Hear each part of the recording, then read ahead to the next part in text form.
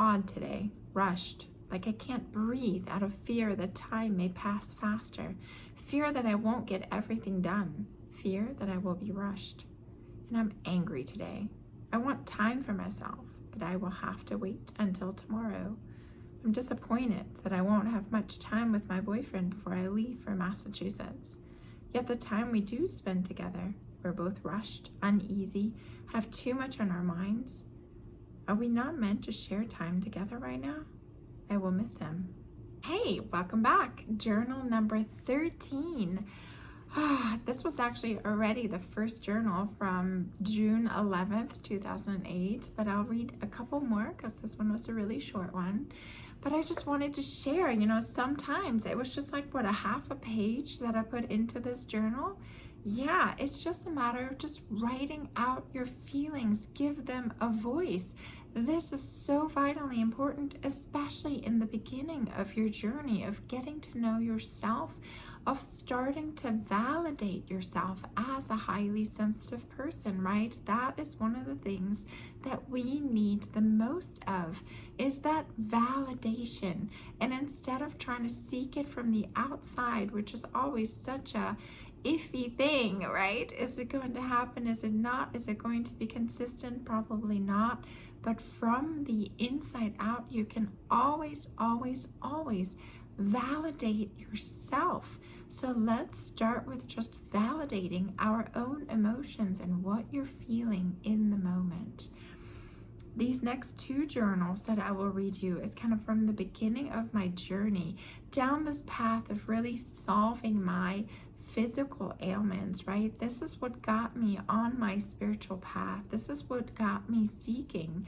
And I feel like it is a big part of being a highly sensitive because we feel so deeply. We feel physical pain more deeply. We feel emotional pain more deeply, which then manifests into physical pain, right? So these next couple of journals where I'm kind of going through my journey, the beginning of my journey, and I can give you a little bit of foreshadowing. When I was initially introduced to raw food, I was not a fan, not at all. Actually, on the way home from being on this raw food retreat, I think we stopped somewhere and I got cheese pizza because I was just like, oh my gosh, this food is disgusting. I don't want to have any part of it.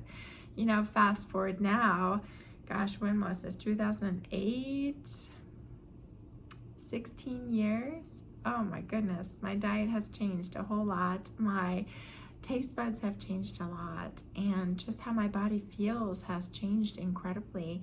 But this was one of the first big turning points for me, and listening to my body and kind of getting on the right path. And stick around to the end because I'm always curious. Nutrition has been a big thing for me, right? It's what I studied as my bachelor in college. And it's just like I wanted to feel better in my body because I don't want to be distracted by brain fog and headache and bloating and nausea. Oh my gosh, there used to be so much nausea for me all the time. You just can't function at your peak, and feel like you're living a fulfilling life when your body feels crappy. So at the end of this journal, I will kind of share where I'm at this time and what has worked for me in case you're curious. So let's dive right in. Journal number 13, June 16th, 2008. It has been a rough couple of days. Last minute, my mom and I had to make a choice about the macrobiotic food retreat and decided not to go since Sasha, my angel psychic, told me I need raw food to get well. So then, last minute, I found a retreat online, a raw food retreat with yoga, meditation, and raw food classes. After much turmoil with the airline and so on, we finally decided to go to Patagonia, Arizona, to this retreat for a week. We decided to drive. Overall, it was a good drive, even though my mom had several emotional outbursts of anger and stubbornness about the boyfriend she is currently seeing. But we finally made it here, totally beat. First impression was a bit frightening. everything was outside and open in the heat. Cafe. Questions of self-doubt and a bit of anger towards myself for choosing such a place.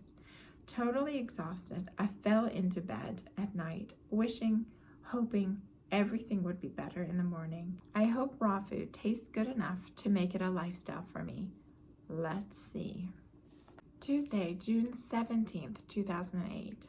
It has been good here. Interesting. I'm intrigued by some of the recipes and natural food selections. Yet at the moment I feel humans are supposed to eat a bit more than simply plants and nuts and seeds. I feel as though I need something more hearty. But who knows? Maybe it's just the toxins talking? Interesting thought of one of the instructors about sunlight. When people are toxic and lay in the sun, the toxins in the skin produce cancer. However, when you cleanse your body of toxins, the sunlight becomes nurturing.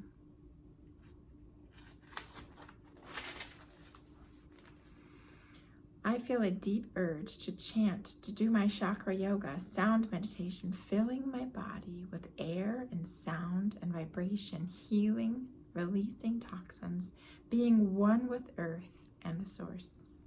Last night in meditation, Archangel Michael told me I was born here in the open meadows and grasslands of Arizona. He said he has been with me for many births in many lifetimes.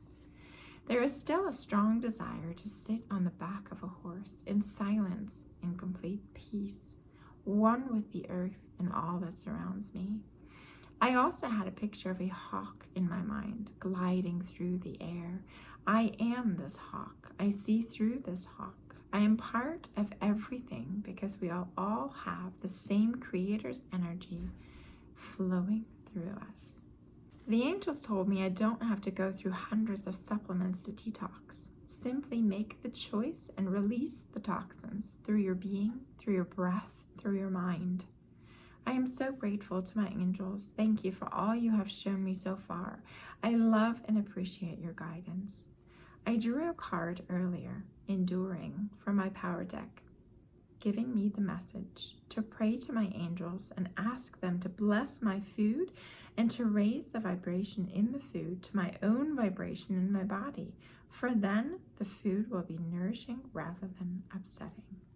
Wednesday, June 18th, 2008. I am angry. I am so angry, furious. I don't quite know why, but I must be feeling vulnerable because I want to be at home alone in my own space with my angels. I don't want to be here anymore. Something is wrong, so wrong. I can't explain it. I just don't want to be in the middle of it. I'm tired of sitting and listening to lectures, yet if I don't go, I feel as though I would miss something, or I'm not getting my money's worth. Was it a good idea to come here? Some days it seems like it. On others, it feels completely off. Today I felt like shit, nauseous, irritable, tired, spacey, dizzy, and now at night, angry. I'm so angry. It was triggered by waiting for the moon to come up, and it took forever. And even when it was up, my mom still wanted to stay, yet not by herself. Why can't she ever make a decision based solely on herself? She just told me a couple of days ago that she is good with making decisions. Yeah, right. I missed my boyfriend's last text message because of this freaking indecisiveness. I'm so mad at her for still freaking liking her boyfriend, the man that she's seeing, and loving the person deep down inside. I hate her for knowingly and willingly traveling down this path of codependence, of misery, of pain, of depression, of deceit. I can't stand it anymore. Why doesn't she open her eyes? Why doesn't she just leave everything in the past? I'm also mad because of my relationship with my boyfriend. Some days we get along great, but we're still not connecting on a deeper level. Today, first time since we talked on the phone in almost a day, he picks up the phone with this stupid, "Who this is?" Ugh, I hate it. And he knows I hate it. I think I will just hang up on him the next time he does it. And then I'm asking myself, what for? Supposingly he's not my twin flame or my future husband. So why am I trying to be close to him? I'm so tired of drama and heartache and losing people from my life, even though sometimes later I'm glad they have left, like one of my ex-boyfriends. There's so much hatred in my chest. Where does it come from? What do I need and want? I just want to crawl into my bed and cry and hide and stay there for days. Am I just detoxing old emotions? My life seems bleak and joyless. There's way too much debt. I still have to put in tons of effort to rebuild my health. I still have no direction for the future. I just want to scream, kick something, punch something. And I just want to throw up when I just think about another meal at the vegan cafe. Angels, Michael, Gabriel, Metatron, I'm asking you for guidance, immediate guidance. Show me the next step. I am ready. Power deck, perfection, courage. Angel cards, ask, notice the sign. Perfection, quote, dream your passion, fly away, go through the hoop of your innermost fears and desires. Meet them and conquer them. What pain from childhood have you not dealt with? Move into the wound of your most secret fears and find the seeds of wisdom that are planted there. Face what upsets you the most. It is a great teacher. Give away whatever is holding you back. Insecurities, ego, fear of failure, or of not being loved, fear of being alone, and be reborn into a new state of perfection. Courage, quote, action takes courage. Discover your own power and meaning by having the courage to give up your addictions. Then live your power with courage, end of quote. Ask, quote, ask us to help you in this situation, and we will immediately go to work on your behalf. We're governed by many universal laws, and among them is the free will that allows you to make your own choices and decisions. So we patiently await your request. This card serves as a reminder to ask your angels for help more often. The angels can help with any and all areas of your life, including bringing you ideas, courage, faith, confidence, and clarity. They can also help with all material needs such as money, time, health, and vitality. Request help from your angels for everything, no matter how small or large, end of quote. Notice the signs, quote, you're loved and never alone.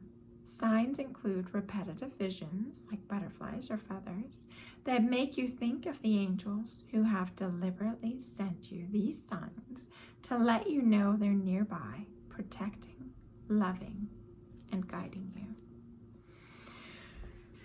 Okay, so this was our stream of a few journals today because they all kind of flow in together, and there will be a couple more to kind of wrap up this retreat and how I got through this time and just the interesting emotions.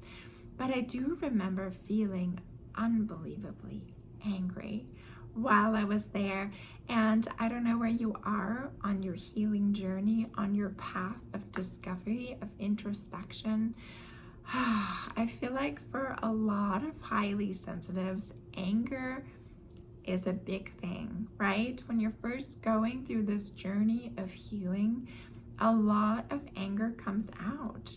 And sometimes it feels empowering because you've been stifling your emotions for so long that it truly feels like, oh, now I can finally say no to the things I don't want to do. Now I can finally say no to this person I don't really feel good when I'm around, right? In their energy. And it's also giving yourself a voice, even if it comes out as anger initially, right? This is why journaling is so important, or working with a therapist or a coach, somebody who you can let this anger out on without hurting the ones who are close to you, right? Because otherwise we probably will let it out on a significant other or our mom or our child, whoever is close to us. So it's wonderful when you find outlets that are good for you and good for the people around you. Looping back around, In childhood, so many times we weren't allowed to express anger. Why? Because we're exuberant and we're going to express our disgust, our anger, our dislikes in a big, big way. And now that I'm on the receiving end of that as the parent of a highly sensitive, oh my gosh, this is a force. This is strong. And when you're dealing with any kind of self-doubt as a parent, which I feel like everybody has, especially in the beginning, being overstimulated, having a long day, doing all the things that are required of you as a parent, and then having this kid who you want to be happy and feel loved more than anything, and yet they're having an outburst of anger. Ooh, it is hard to handle that. So I understand why it was shut down so much in my childhood. Also back then, it wasn't really allowed yet. It wasn't common yet to actually let your kids have these bigger tantrums, to let them express their anger, right? It was so much more about what are others going to think? What are they going to think? What kind of parent I am that I'm allowing my kid to have a tantrum like that, right? It was just a different time.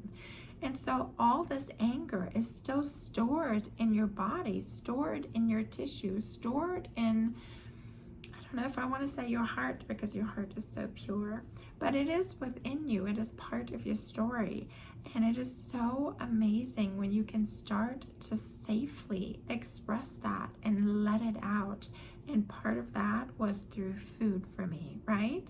So tell me, write in the comments below if there is a physical thing that you're struggling with, right? A lot of highly sensitive struggle with food sensitivities or gluten intolerance, or some nagging autoimmune disease. What is it? Is there something that you are currently working through? Have you noticed that diet and dietary changes make a difference for you? Because for me, they really made a big difference. And oh my gosh, were there a lot of emotions attached to food, right?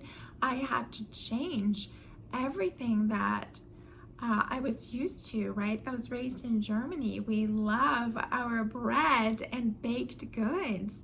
And even just for me to find something else other than bread for breakfast and dinner, I was like, what do you mean? This is what I eat for breakfast and dinner. I have bread.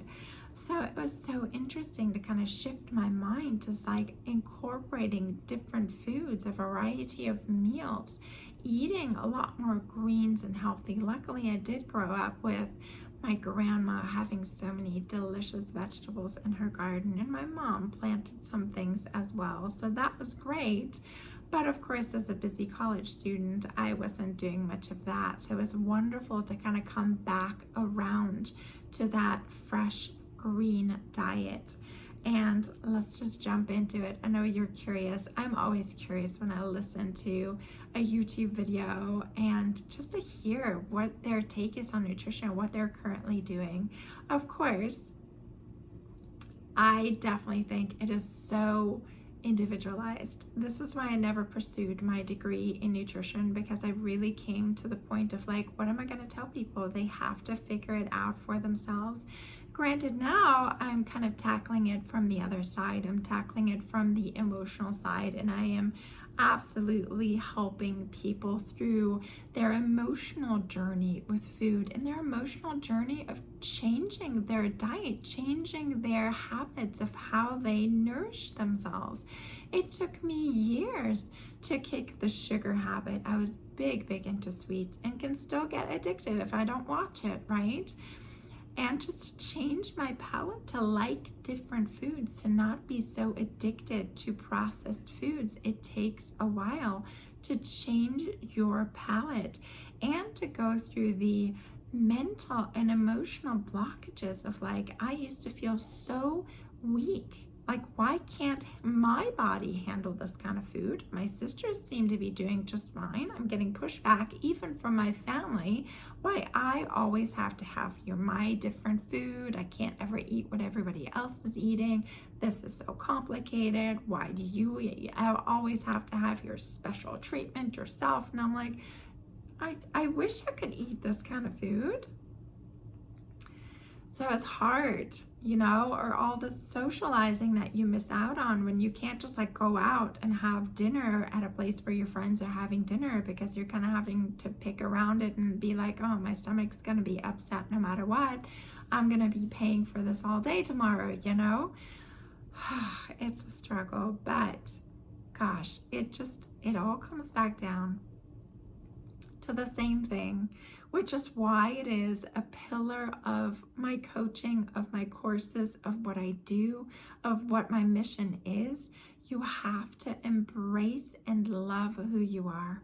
When you embrace and love the essence of who you are, then you have so much easier of a time with anything. Everything and anything else becomes easier. Your nutrition, your health, your friends, your significant other, love, communicating, setting boundaries, not feeling so bad when you get rejected or abandoned or judged. It always comes back down to self-acceptance and self-love. And for us highly sensitives, a big piece of that is accepting your high sensitivity. I don't usually accept any kind of label, but this one is important. I really see it as important. Not that anybody else accepts it, but that you accept it. That this is what you have chosen for this lifetime, and it is beautiful. It is an incredible trait. It asks you to make some adjustments, but it is an incredible trait. And I'm here to be there with you, to guide you along the way, and to have some fun, to discover who you were born to be, why you're here, what you're doing here. So, just this morning, I was listening to another channeled message by Bashar, and I wish the longer version was still up, but I'll attach the short version of it. And Bashar, a channel being, just goes through the basics of health. And these are always such a good reminder for me, because we overcomplicate it. And my gosh, have I read a lot about quantum healing, about nutrition, all kinds of different diets and nutrition that I have tried myself.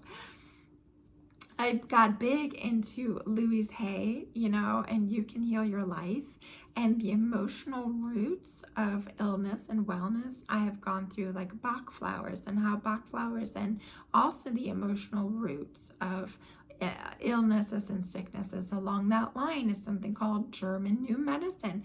They also link things back to emotional kind of traumas that happened in your life, and now what illness was caused by this emotional trauma. Oh, and then also Abraham Hicks, right? That was a big influence for me, and really tying in your emotions, but also just your vibration, your vibrational state of being, how you're feeling, how you're deciding to maintain your frequency throughout the day. And they absolutely, the first book that really hooked me, which was called Money and the Law of Attraction by Esther and Jerry Hicks. The third portion, right, there's actually money, and then there's relationship, and then there's health.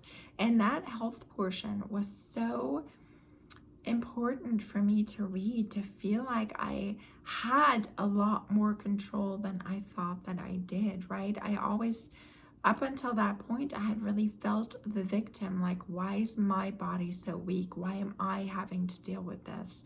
And that was one of the first books that kind of really shifted my mind around having control of how I feel. Even if my body is feeling a certain way, I can still be either hopeful about it, or I can be angry about it, right? You can always choose how you're feeling about what is happening in your life or in your body, which was so incredibly important for me.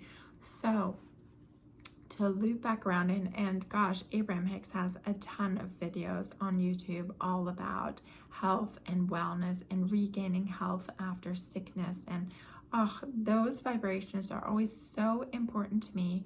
It's like when I'm going through something and I'm having a hard time kind of hitting that vibration, finding that frequency of upliftment, of hope, of knowing it's possible.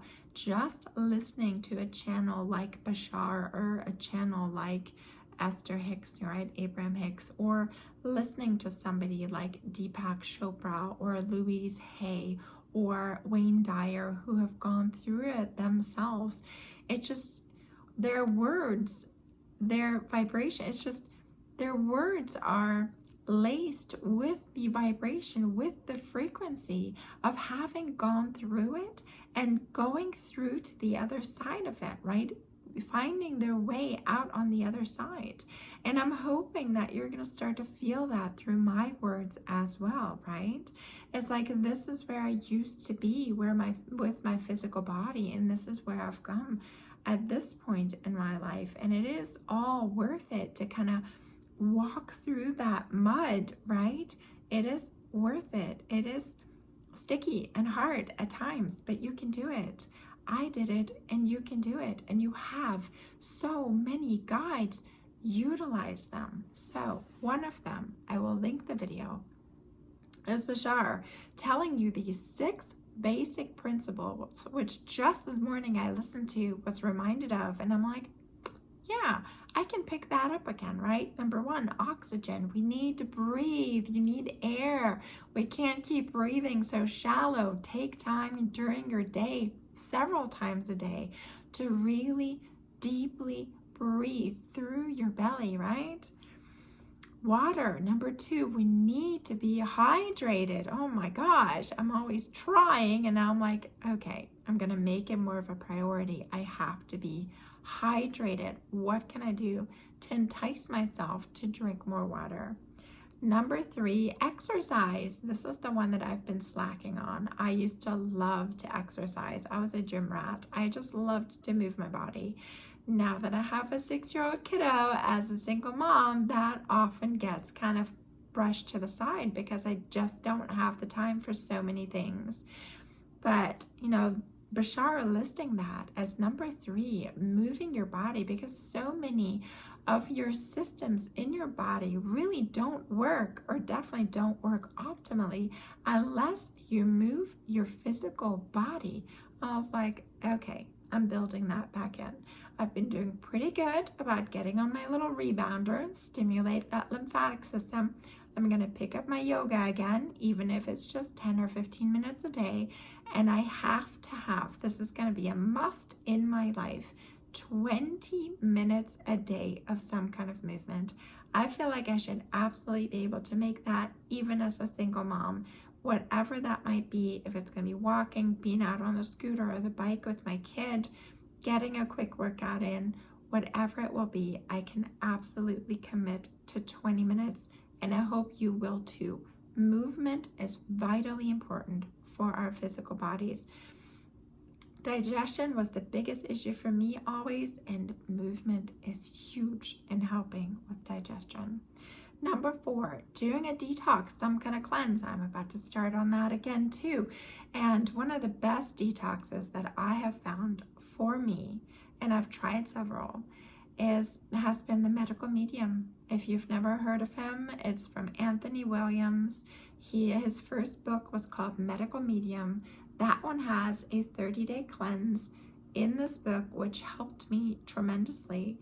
I first saw this book, I attracted it into my experience when I had just had a miscarriage and my body broke out in all kinds of crazy rashes, and I felt miserable emotionally and physically. And I got on this 30-day cleanse, and I was a totally different person at the end of this cleanse. And through the years, this is the one that I always reach for again. Since then, he's written several more books, and I think one of them is called Cleanse to Heal, and it has a variety of different cleanses in it. He includes celery juice with those cleanses, and it's just, this is the thing that works for me over and over again, especially because he makes it so simple in what are good foods to eat, what are not so good foods to eat, what's kind of an in-between, you know, where's the gradient, right? If you're going to cheat with something, what's the gradient of what's not so bad with you? He tells you why some things are not so good, right? He receives a lot of heat for not liking eggs. I have just taken eggs out of my diet. I know there's a huge controversy about it, but I believe they just don't serve my body. You get to make up your own mind about it. But he just comes back to fresh, wholesome food. He just comes back to fruits and vegetables. And my body feels incredible. This diet is low in fat, which works so much better for my body, so much better for my digestion. Like I said in the beginning of the video, you have to figure out what works for you. Try it out, test it out, be open to it. This is the one for years now that has worked for me.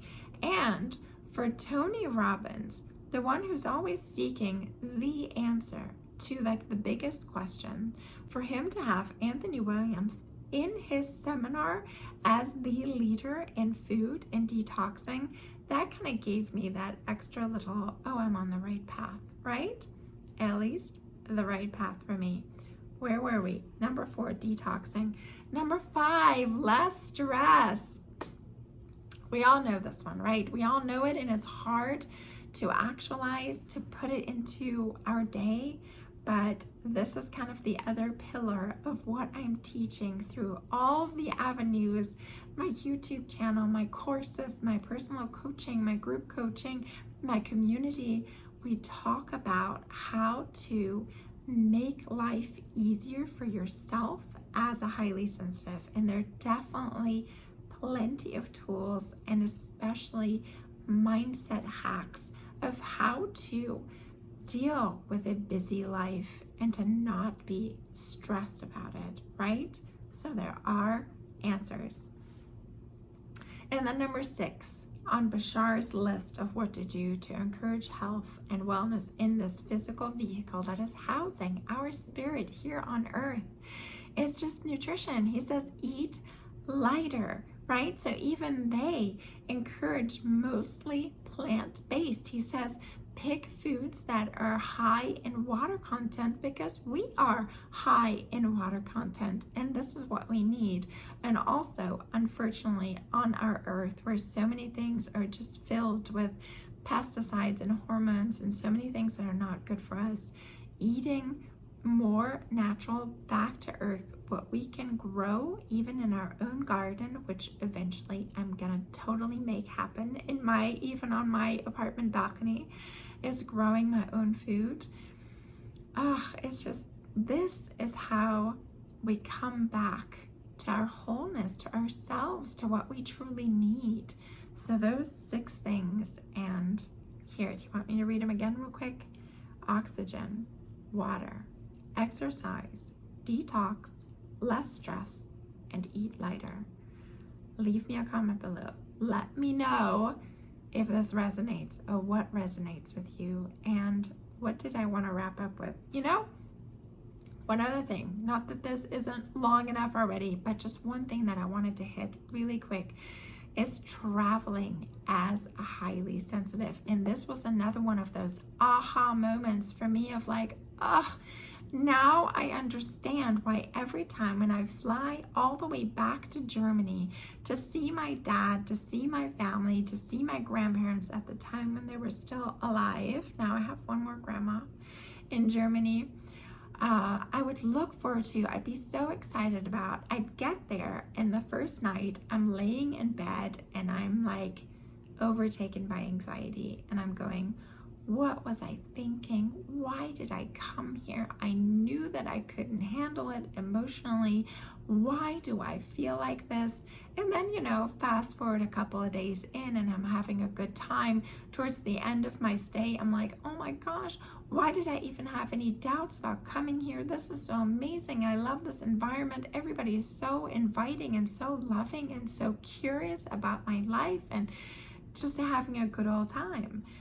But even though I knew where I was going to be staying, right, at my dad's house, my old childhood home, I still would get there and I would have anxiety. And I think it was more about kind of, I don't know if you believe in like thought forms, old energy, you know, kind of slipping back into this vibration of who you were when you were here the last time.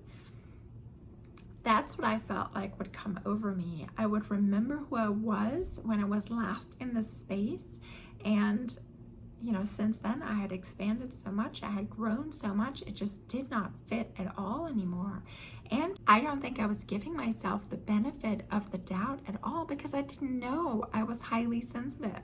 So even just knowing, making that big trip, you know, from Houston to the Munich airport in Germany, that's a long travel time. There's a lot of people you have to meet. There's a lot of food that I don't usually eat.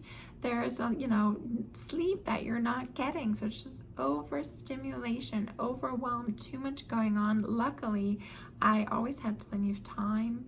My dad's house is very peaceful. It's out in the country. It's beautiful surroundings. So that definitely helped. But even just knowing, after a while at least, I would expect it.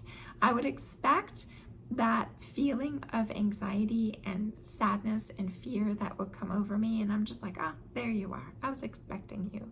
Okay. What do I need? Can we journal about this? Do I just need a hug? Who can I talk to? You know, you start to get to know yourself and what you need. And the last thing I wanted to say about travel, because this one was really to this retreat in Arizona that I had never been to. And we had booked a room that was just awful. We ended up looking at it, my mom and I, we were looking at each other and we're like, yeah, this is not gonna work. So luckily the woman let us get out of it, and we just like went down the street to a hotel, which luckily still had something open. It still wasn't my favorite environment, but it was okay. And then the retreat itself, right, figuring out, oh my gosh, it's much smaller than I pictured it. There was no AC. We were going to be sitting outside to eat, and I don't deal well with the heat. And so it was just like, what have I gotten myself into? Knowing yourself, knowing what you need, knowing your processes. This is why I want to give you tools so that you have these tools in your tool belt going, no problem. I got this. I know which tool to pick out. I'm just going to take half an hour. I'm going to go journal, and I'm going to figure this out. This is going to be okay. I can handle this. I can handle this. You can absolutely get to that point.